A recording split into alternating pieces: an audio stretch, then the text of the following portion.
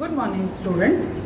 As you have already known that we have completed the first chapter of history. So today we are going to start with the second chapter of history, that is the expansion of British rule. But I have already told you that your history is divided basically into three different periods, that is ancient, medieval and modern period. About ancient period you have already studied in the 6th class, about medieval period in 7th class, and this year you are going to study about the modern period. And modern period basically is associated with the arrival of British, with the establishment of British power in India. So modern period is associated with the Britishers expansion, British powers establishment in India. So this chapter deals with the expansion of British rule, means how Britishers came to India and established their rule over here, how they expanded their power in India, by what means. So let us start with the introduction of the chapter. But before starting with the introduction of the chapter, I want to give you further some extra information, or we can say extra knowledge about the chapter through this table. See, expansion of British rule is associated with the, or we can say the first step towards the expansion of British rule is with the Battle of Plassey. Battle of Plassey, that is 1757. So Britishers started expanding their rule in India from 1757. This was the first battle which Britishers fought in India for establishing their power. They were trading in India. ऐसा नहीं कि Britishers 1757 में first time India में आए, नहीं, वो आते थे इंडिया से ट्रेड करने के लिए, इंडिया से जो है गुड्स खरीदने के लिए, इंडिया में गुड्स एक्सपोर्ट करने के लिए, as a merchants, as a traders, वो पुराने टाइम से इंडिया पर डील कर रहे थे.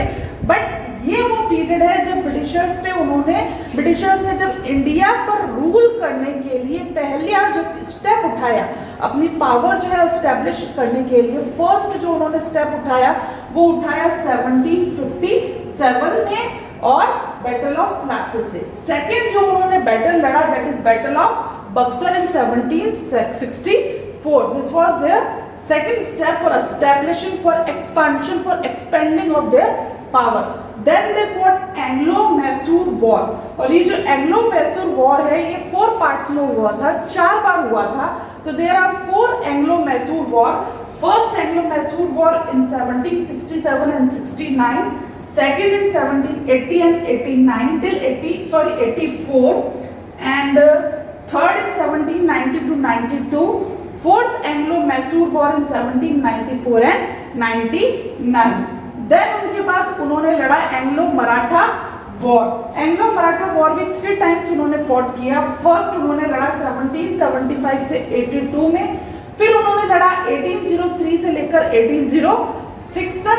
देन थर्ड एंग्लो-मराठा वॉर जो उन्होंने फॉट किया वो था 1817 से लेकर 1818 तक. और लास्ट जो वॉर था, जो ब्रिटिशर्स, जिस वॉर के बाद ब्रिटिशर्स ने फाइनली पूरे इंडिया को कैप्चर कर लिया था, वो था एंग्लो सिख वॉर. और ये भी 2 पार्ट्स में था. फर्स्ट एंग्लो सिख वॉर उन्होंने लड़ा 1845 to 1846 and second Anglo Sikh war was fought from 1848 to 49. तो all this is the period of expansion of British rule in India by Britishers, means from 1757 to 1849. This period Britishers took to expand their roots over India, and after that they completely captured India. Britishers completely captured India. Now let us start with the introduction of the chapter. Beta, in your chapter it is given that from very old period, from early time, traders used to come in India and they were trading in India. Merchants and traders used to come to India and they were trading in India from an ancient time. Not from medieval time, not from a modern time. They used to come from the ancient time, past time. But earlier they used to come individually, means through government नहीं आते थे, group में नहीं आते थे, उनकी कोई community नहीं थी. इंडिविजुअल एक जो है इंडिविजुअल ट्रेडर और मर्चेंट इंडिया में आके जो है ट्रेड करते थे through sea route, through land route. Till starting of the 17th century. But after 17th century जो है गवर्नमेंट्स ने इंटरेस्ट लेना शुरू किया।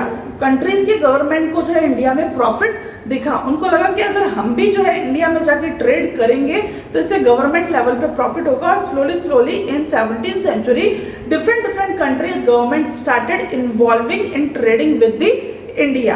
अब जब डिफरेंट कंट्रीज की गवर्नमेंट इन्वॉल्व होने लगी तो इससे क्या हुआ, trade rivalries, business rivalries establish हुई। मींस अलग अलग देश जो है इंडिया से ज्यादा प्रॉफिट निकालने के लिए लड़ने लगे। तो जो ट्रेडिंग थी, मैंने क्या बताया, एंशिएंट टाइम से ही हो रही थी इंडिया में, बट वो इंडिविजुअल लेवल पे हो रही थी। इंडिविजुअल मर्चेंट्स आते थे एशिया से, यूरोप से, थ्रू लैंड और सी रूट। और बाद में जो है धीरे धीरे जो है गवर्नमेंट इन्वॉल्व हुई, गवर्नमेंट ने कंपनीज एस्टैब्लिश की, जिसका कि एक एग्जांपल आपके बुक में दे रखा है। ब्रिटिशर्स की यूरोप की कंपनी थी जो कि क्वीन एलिजाबेथ के कहने पे एस्टैब्लिश हुई थी।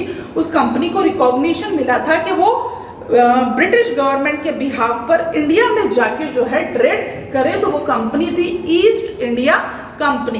This company was given recognition और charter by the queen Elizabeth. ठीक है, आफ्टर दैट जो है ईस्ट इंडिया कंपनी इंडिया में आई और अपने देश के लिए, गवर्नमेंट के लिए जो है ट्रेड करना शुरू किया। और इसी ईस्ट इंडिया कंपनी की तरह अलग अलग देशों ने जो है अपनी अपनी कंपनीज फॉर्म की और इंडिया में ट्रेड करने के लिए भेजी।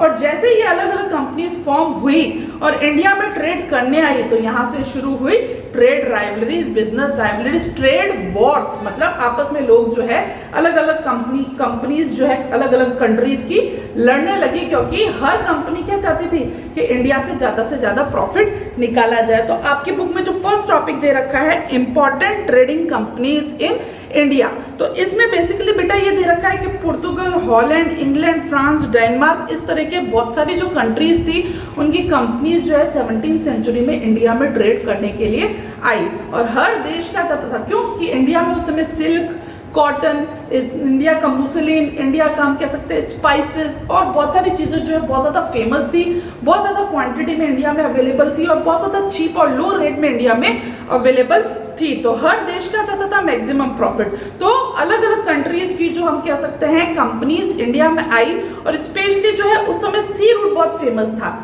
The trading was done through the sea route, through oceans. So many countries companies try to establish their base over the coastal areas. जो समुद्री इलाके हैं वहाँ पे आके वो लोग बस गए। वहाँ पे उन्होंने they started building their houses, their factories, their offices. इन सब चीजों को क्या बोला जाता था, फैक्ट्रीज। आज हम फैक्ट्रीज किसको बोलते हैं, जहाँ पे प्रोडक्शन होता है, मैन्युफैक्चरिंग होती है, उस पर्टिकुलर हम इंडस्ट्री को बोलते हैं मैन्युफैक्चरिंग सेंटर। पर पुराने टाइम में, उस समय में जब डिफरेंट कंट्रीज इंडिया में आ रही थी तो वो जो कोस्टल एरियाज में उनके हाउसेस को भी फैक्ट्रीज बोला जाता था, उनके ऑफिसेज को भी फैक्ट्रीज बोला जाता था, जहाँ पे वो मैन्युफैक्चरिंग कर रहे हैं उसको भी फैक्ट्रीज। मींस पूरा जो इलाका जहाँ पे वो आके बसते थे उनको बोला जाता था फैक्ट्रीज। और जो वो ऑफिशियल्स इन्वॉल्व होते थे ट्रेडिंग में, उन ऑफिशियल्स को नाम दिया जाता था फैक्टर्स।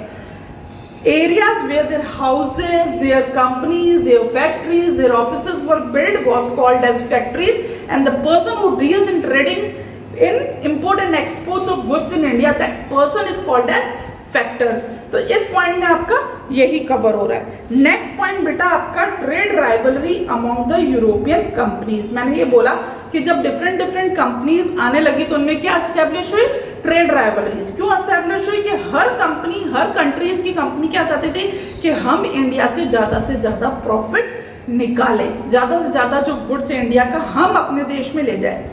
क्यों वो ऐसा करते थे, यहाँ से वो चीप रेट में ले जाते थे और दूसरी जगह जहाँ पे वो जाके एक्सपोर्ट करते थे वहाँ पे वो हाई प्राइस में, और इससे उनको बहुत ज़्यादा प्रॉफिट, बहुत ज़्यादा बेनिफिट हो रहा था। तो यहाँ से शुरू हुई trade rivalries, trade fights among the different countries. और फाइनली सभी कंट्रीज को हटा के लास्ट में कौन बच गया, हम पढ़ेंगे ब्रिटिश और फ्रांस। कौन बच गया, ब्रिटिश और France. Let us move forward.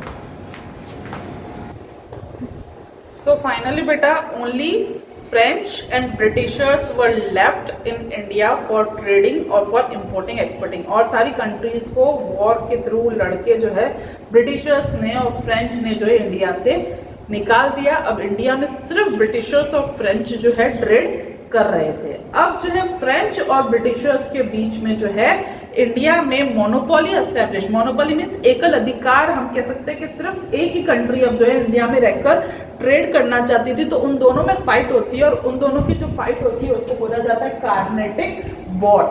Carnatic Wars जो होते हैं, आज का जो प्रेजेंट जो देश का जो तमिलनाडु है, तमिलनाडु में जो है उस समय जो है फ्रेंच और ब्रिटिशर्स के बीच में कार्नेटिक वॉर्स होते हैं और ये जो कार्नेटिक वॉर्स है फ्रेंच और ब्रिटिशर्स के बीच में 20 सालों तक चलते हैं। It lasted for 20 years from 1744 to 1763 तक कंटिन्यूसली जो है 20 years से they were fighting for establishing monopoly over India's trade. और फाइनली कौन जीत जाता है? ब्रिटिशर्स वॉन, और फ्रेंच को भी इंडिया छोड़कर जाना पड़ता है। अब सिर्फ ब्रिटिशर्स रह जाते हैं इंडिया में ट्रेड करने के लिए।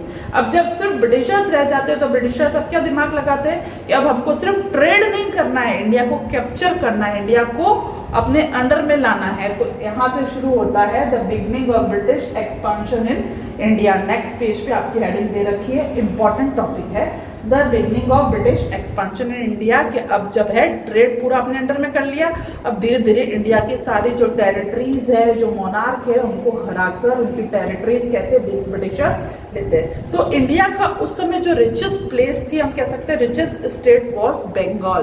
बंगाल को सबसे रिचेस्ट एरिया माना जाता था फ्रॉम करेंसी और monetary point of view as well as from the point of view of goods point of view से गुड्स भी बहुत सारे अवेलेबल थे बंगाल में। तो ब्रिटिशर्स किस तरफ जाते हैं? बंगाल। तो उस समय जो है जो इंडिया में रूल कर रहे होते वो होते मुगल्स। तो उस समय जो औरंगजेब की डेथ हो जाती है और औरंगजेब की डेथ के बाद जो उसके सक्सेसर्स आते हैं, सक्सेशन मीन्स जो उसके सन या उसके जो उत्तराधिकारी होते हैं वो सारे वीक होते हैं। After the death of Aurangzeb, Mughal empire was completely weak and the Britishers took the advantage of the weakness of the Mughal empire। और वो क्या करते हैं?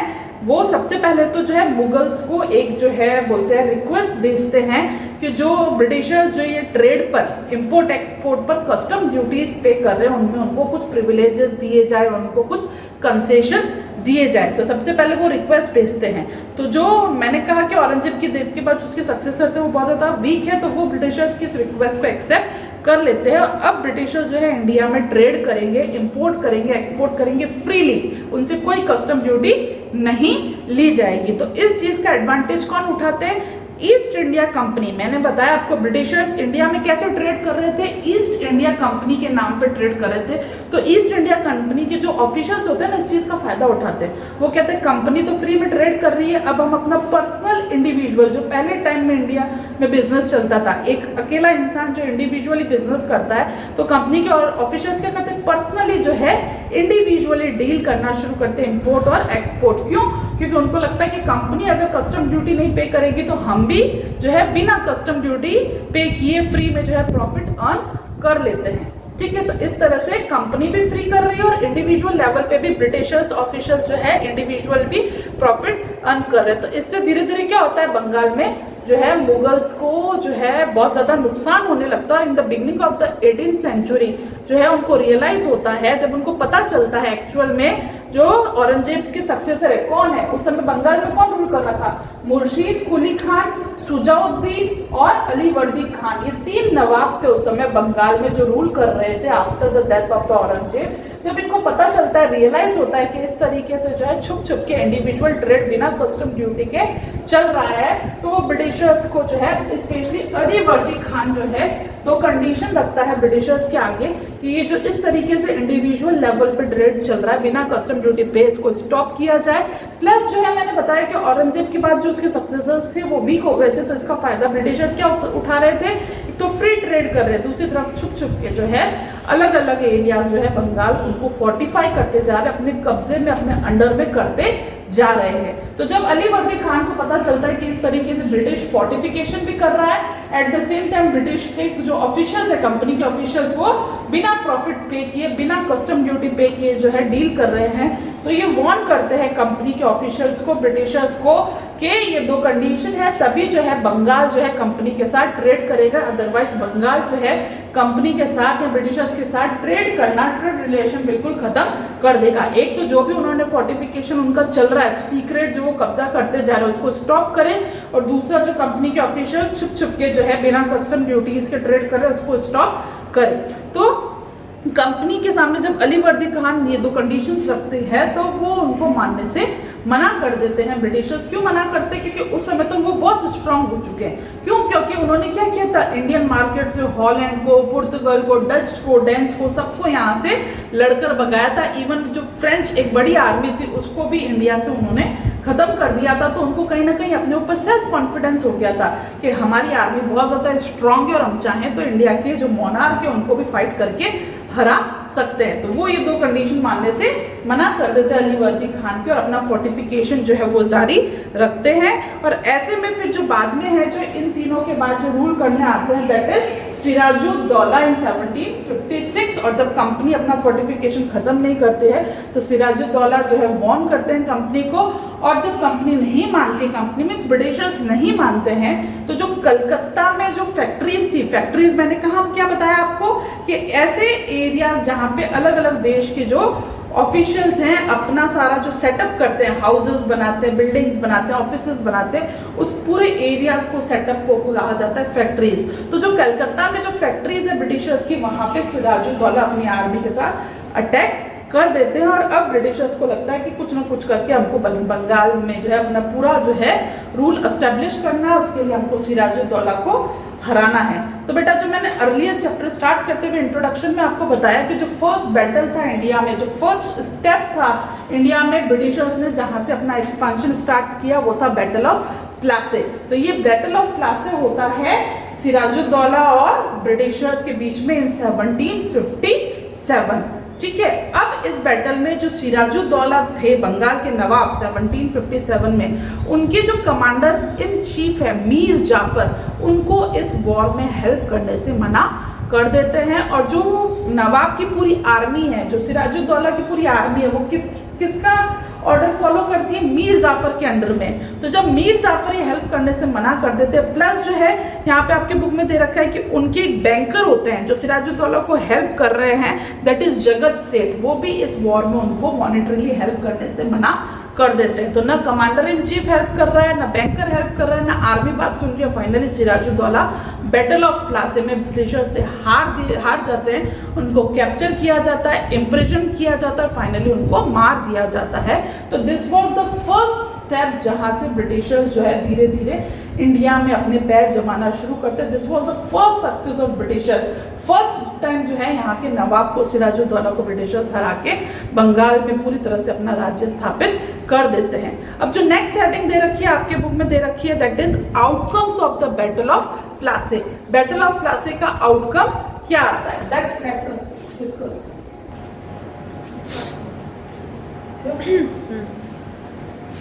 So finally Sirajuddaulah defeated in the battle of Plassey from Britishers, and now the second next heading is given that outcomes of the battle of Plassey. What was the outcome of the battle of Plassey? So I have already told you that the chief commander in chief of Sirajuddaulah, that is Mir Jafar, couldn't supported him in the battle of Plassey, and he became the puppet in the hand of the Britishers. Britishers के हाथों की कठपुतली बनकर रह गया। तो Britishers ने क्या किया, उसको कैसे जो है अवॉर्डेड किया?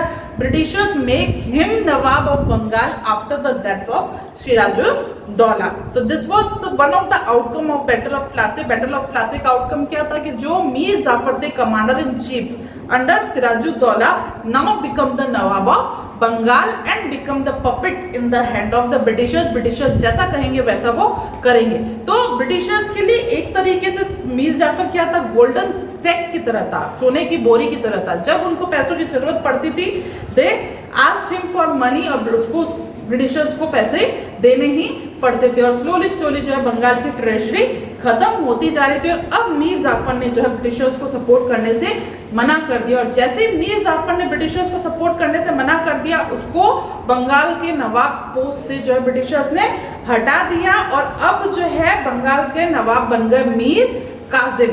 Now he become the nawab of Bengal. और जैसे ही मीर काजिम को ब्रिटिशर्स ने नवाब बना दिया बंगाल का, तो उसने जो है ब्रिटिशर्स को खुश करने के लिए क्या किया, ही गेव बुर्दवान, मिदनापुर और चित्तौगंग की जो है 3 जगह का जो रेवेन्यू कलेक्शन जो होगा, मतलब जितना भी उन एरियाज में पीजेंट से टैक्स लेते थे, राजा लोग वो सारा टैक्स अब किसको देंगे, वो ब्रिटिशर्स को देंगे। तो इन 3 जगहों की जो है रेवेन्यू कलेक्शन का जो राइट था वो ब्रिटिशर्स को ऐसे गिफ्ट दिया मीर काजिम ने, क्योंकि मीर काजिम को ब्रिटिशर्स ने क्या बना दिया था, नवाब बना दिया था बंगाल का। अब इन 3 जगहों का रेवेन्यू कलेक्शन का राइट देने के बाद अब मीर काजिम ने फर्दर हेल्प करने से ब्रिटिशर्स को मना कर दिया। प्लस उन्होंने क्या किया, जिस तरह से ब्रिटिशर इंपोर्ट एक्सपोर्ट पे किसी तरीके का कोई जो है कस्टम ड्यूटी नहीं पे करती थी, इसलिए उन्होंने अपने देश के, अपने इंडिया के जो है मर्चेंट्स को, ट्रेडर्स को सपोर्ट करने के लिए उनको कहा कि तुम भी किसी तरह की कोई कस्टम इंटरनल ट्रेड ड्यूटीज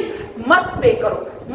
तो जो ब्रिटिशर्स की एक मोनोपोली एस्टेब्लिश होती जा रही थी इंडियन मार्केट्स पे, वो धीरे धीरे उनके हाथ से छूटने लगी। अब इंडियन मार्केट्स उनके कॉम्पिटिटर्स बनके उनके सामने उभरे, तो ब्रिटिशर्स को अपने जो है प्रॉफिट पर खतरा दिखाई दिया और फाइनली ब्रिटिशर्स ने जो है मीर काजिम से फाइट किया, मीर काजिम को वहां से भगा दिया, मीर काजिम को नवाब पोस्ट से हटा दिया बंगाल के। और मीर काजिम भागकर कहाँ जाते हैं, वो जाते हैं अवध। अवध में किसके पास जाते हैं, अवध के नवाब के पास।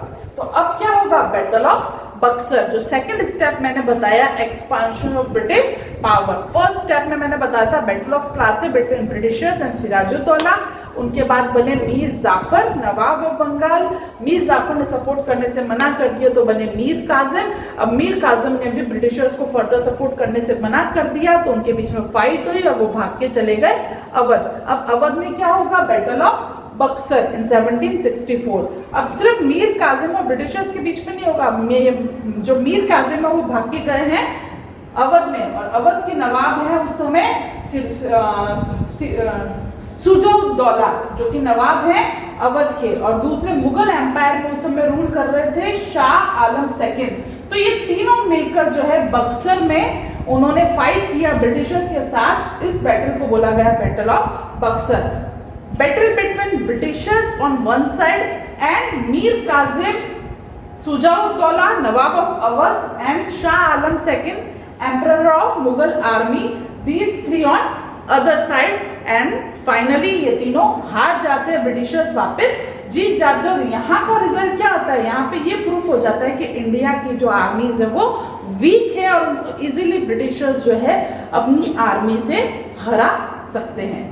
प्लस जो है उनको क्या पनिश किया गया, सुजाउद्दौला को जो है ब्रिटिशर्स को देने पड़े 50 lakh rupees as a punishment कि उन्होंने ब्रिटिशर्स के साथ फाइट किया। इसमें ब्रिटिशर्स को भी जो है वॉर में एक्सपेंडिचर करना पड़ा, तो उसको पनिशमेंट मिला। सुजाउद्दौला को 50 lakh rupees as a punishment पे करना पड़ा।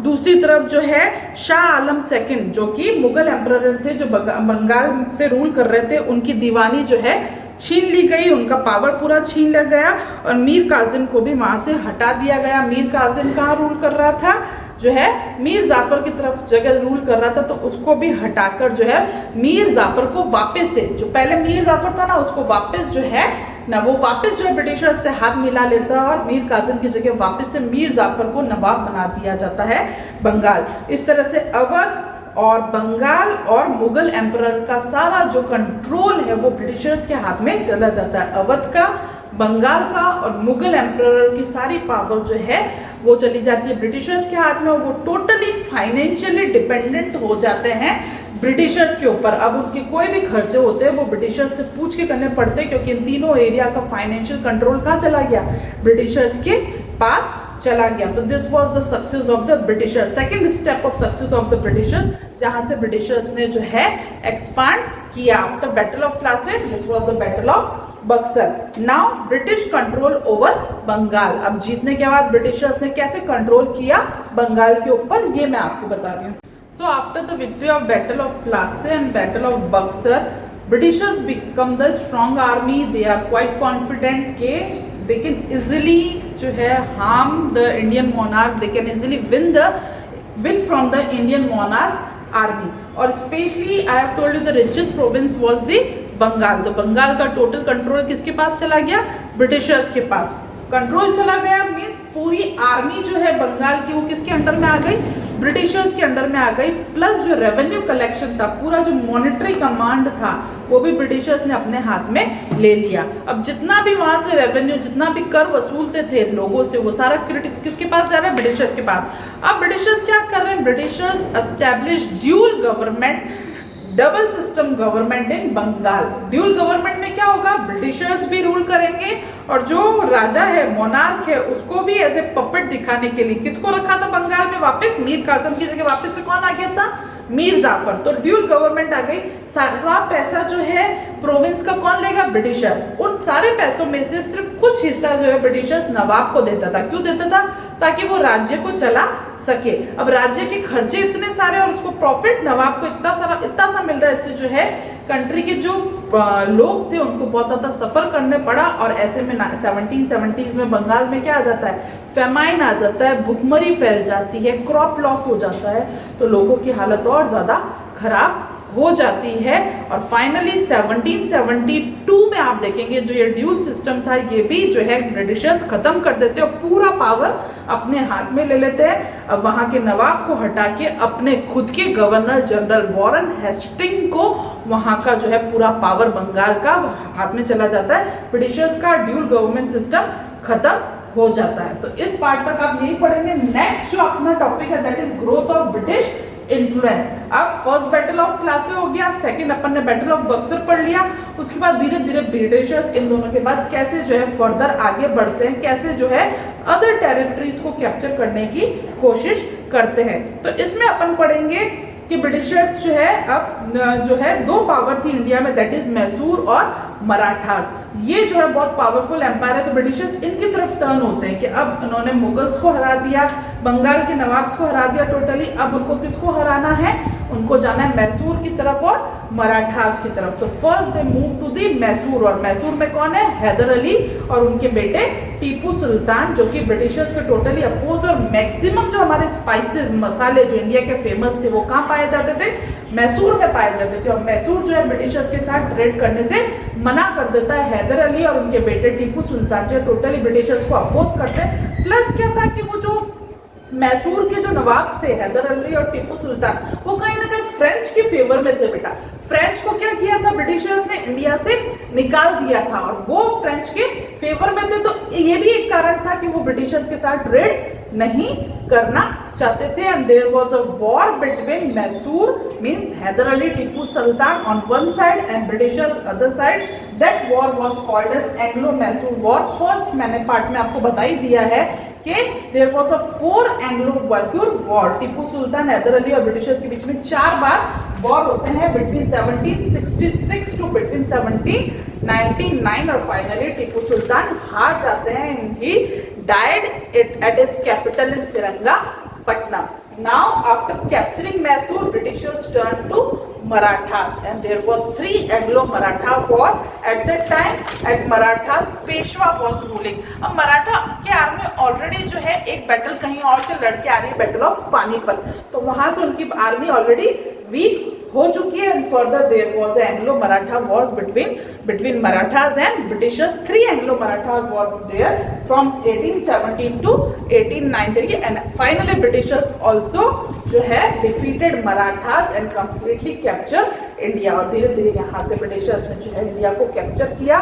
First they captured whole north and then they turn to south. तो आज की क्लास में बेटा इतना ही पढ़ेंगे। चैप्टर को रीड करना, अगर कोई डिफिकल्टी हो तो आप इवनिंग में पूछ सकते हैं। Read the chapter carefully. और यहाँ तक के चैप्टर का होमवर्क मैं आज ही आपको दे दूंगी। Thank you.